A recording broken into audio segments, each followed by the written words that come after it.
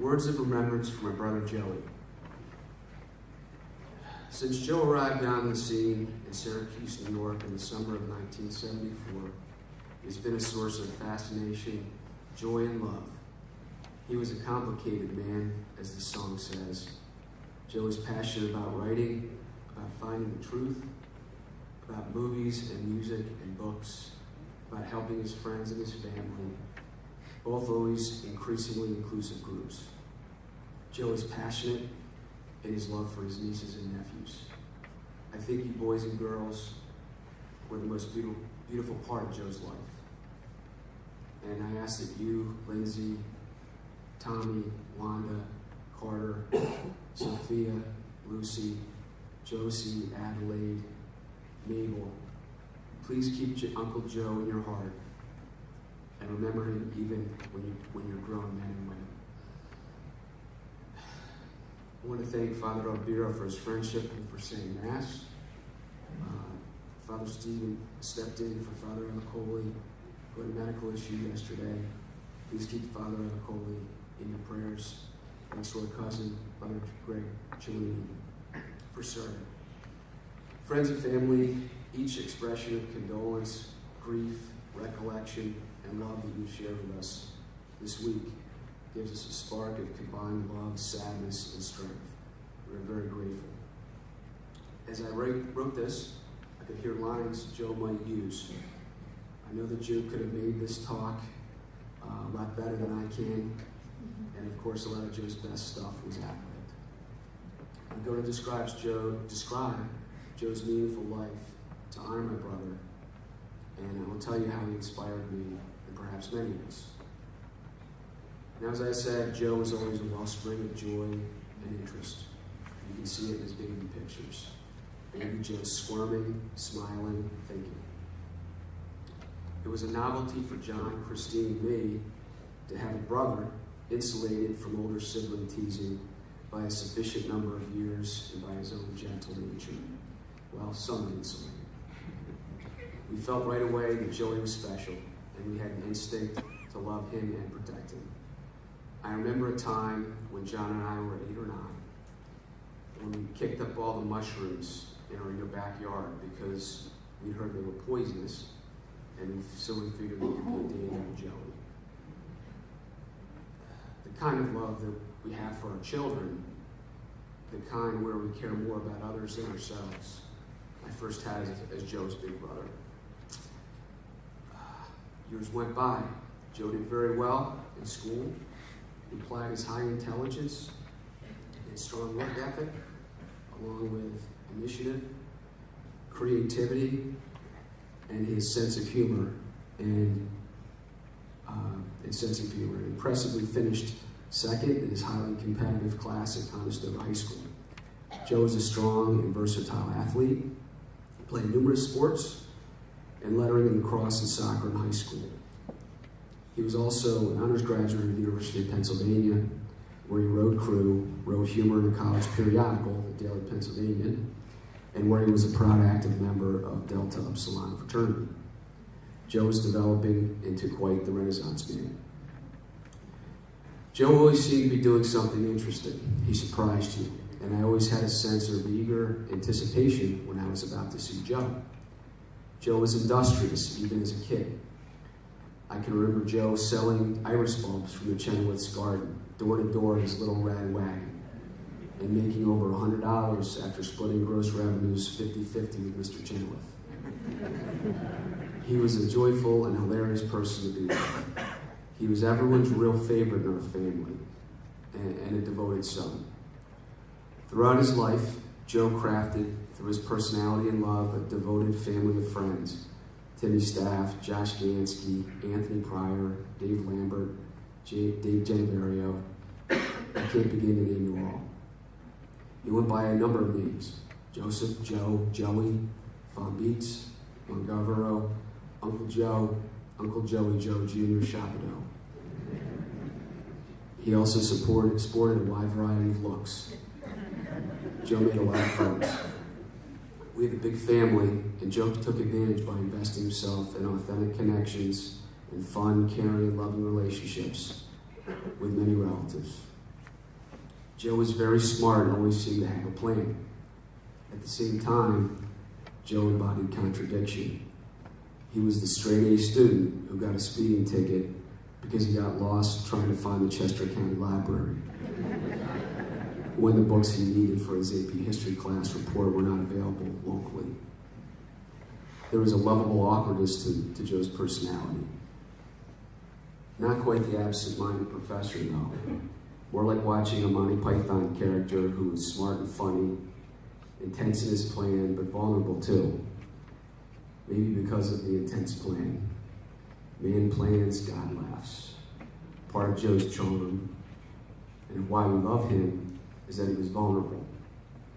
A good lesson for us all.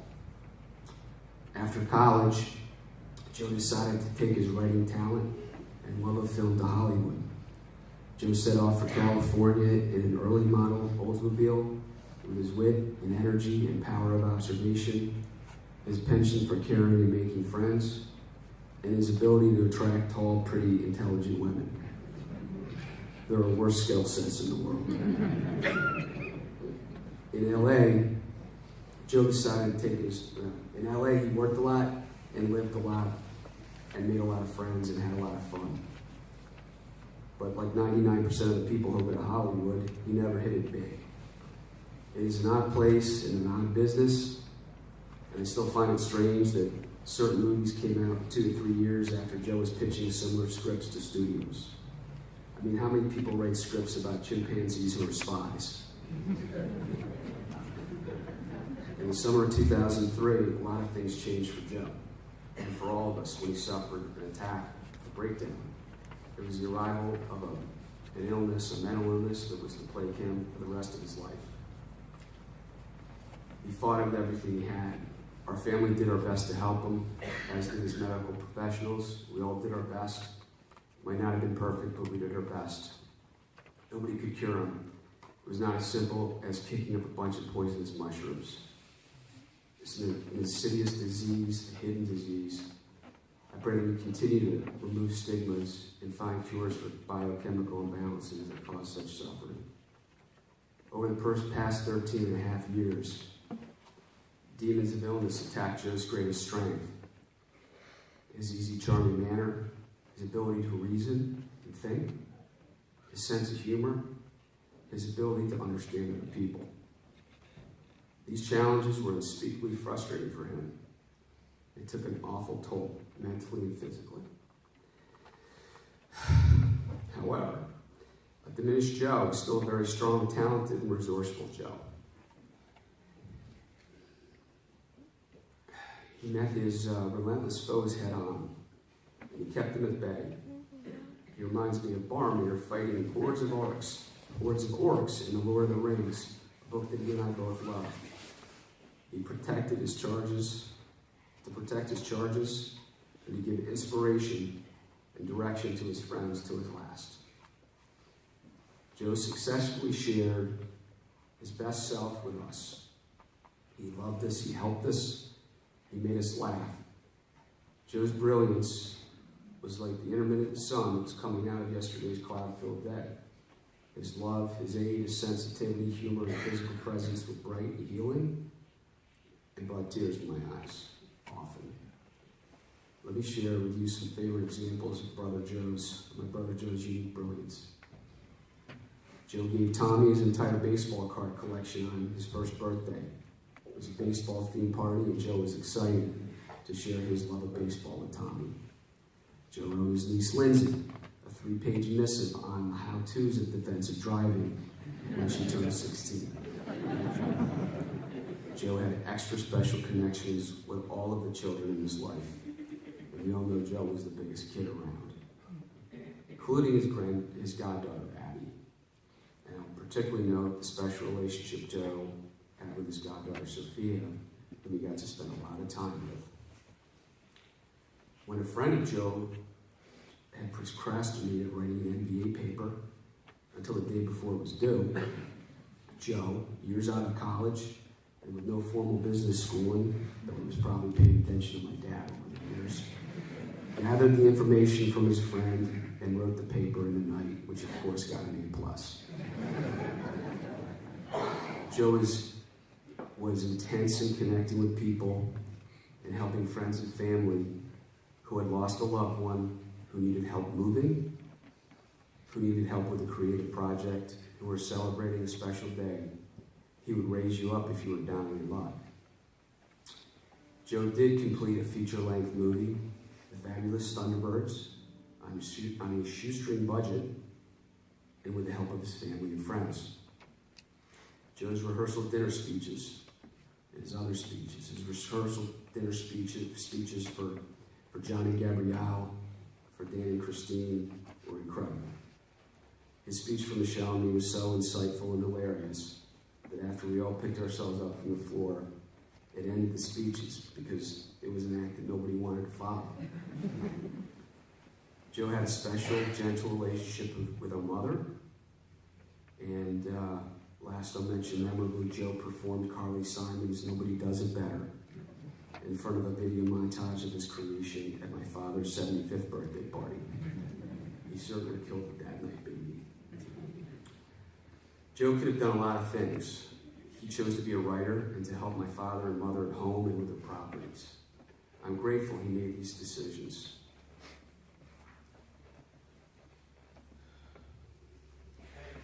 Often, Joe's help came in the form of his written work.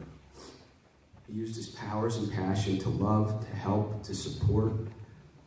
Imagine if we all could write and make people laugh and think and cry and feel good about themselves. He inspires me to help others, to seek truth, and to overcome obstacles, even ones you don't know how you will deal with. Joe had true courage. He confronted pain and uncertainty, even when he had to have been afraid. Monday morning, Joe's health hit some kind of critical point, and his big heart just stopped working. That is what we know, and that is all we know. There's no good time or right time to lose a beloved friend, brother, son, uncle, cousin, nephew, but it was the time. I miss Joe immensely. We are all grieving. Joe knows that we loved him. We helped him to the best of our ability. He knows that. He no longer suffers. Joey is at peace. Joe is now his most brilliant self all of the time. I'm going to keep talking to him, to keep him in my heart and mind, and I hope you will too.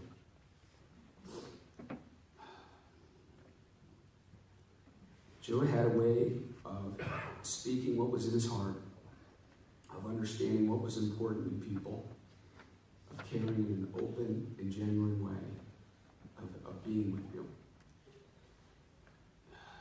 This world is down one good man. We're all the better for knowing and loving my brother Joe. May perpetual light shine upon him.